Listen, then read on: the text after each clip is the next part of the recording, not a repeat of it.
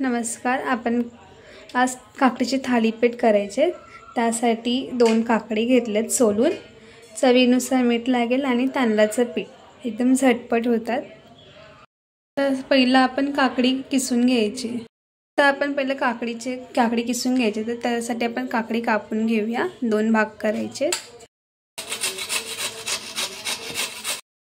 आणि काकडी कवळी. तर आपण यामध्ये चवीनुसार मीठ टाकले आणि काकडी कवली होती म्हणून ह्यामध्ये बिया नव्हत्या. जर मोठी काकडी असते जर बिया असते तर आपण ते काढून घ्यायचे. आता आपण काकडी आणि हे मीठ एकत्र करायचं आणि आता आपण तांदळाचं पीठ घेणार आहे. जसं त्यात तांदळाचं पीठ जेवढं भिजेल ना तेवढंच आपण भिजवायचं आहे. तर आपण म्हणजे ते टोपामध्ये पीठ घेतलं होतं ना, 1-2 वाटी तरी आपण तेवढं हे पीठ घेतलं आहे. हळूहळू भिजवायचं, म्हणजे जेवढं लागेल ना तेवढ्या प्रमाणात आपण ते भिजवायचं आहे.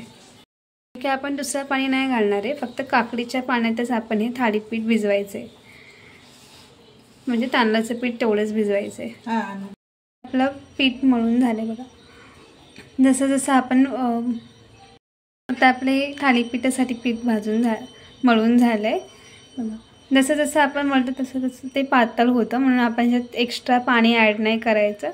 ते काकडीमध्येच आपण पीठ मळून घेतलं आहे.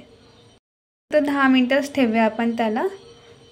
आता आपली 10-20 मिनटं झाली आहेत. आता आपण थालीपीठ करायला घ्यायचं आहे. त्यासाठी आता आपण हा ओला फडका घेतला आहे, भिजवून घेतला आहे. आता आपण हुंडा घेऊया, जेवढा आपल्याला पीठ हवं तेवढा, आणि थोडंसं पण पाणी टाकून ओलं करायचं आहे. जास्त घट्ट नाही पाहिजे. जसं आपण थालीपीठाचं जसं पीठ घेतो ना तेवढंच आपल्याला थोडंसं असं ओलसर करून घ्यायचं आहे पीठ.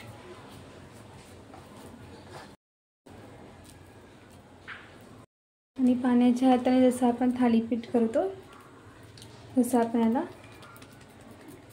थापून घेऊया.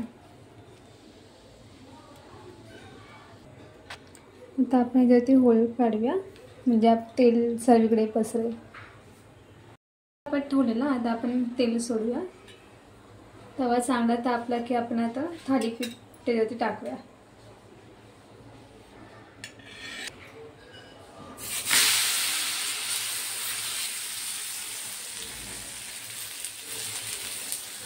आता आपण त्याला मध्ये होल पाडलेत ना, त्यातून तेल टाकूया आणि साईडून पण. तवा चांगला तापला ना की तो फडका पण जो आपण टाकतो तो लगेच निघतो. आणि आता आपण दोन्ही साईडला चांगलं खरपूस भाजून घेऊया. झाकण काढलं, गॅस मिडियमवर ठेवलेलं बघा.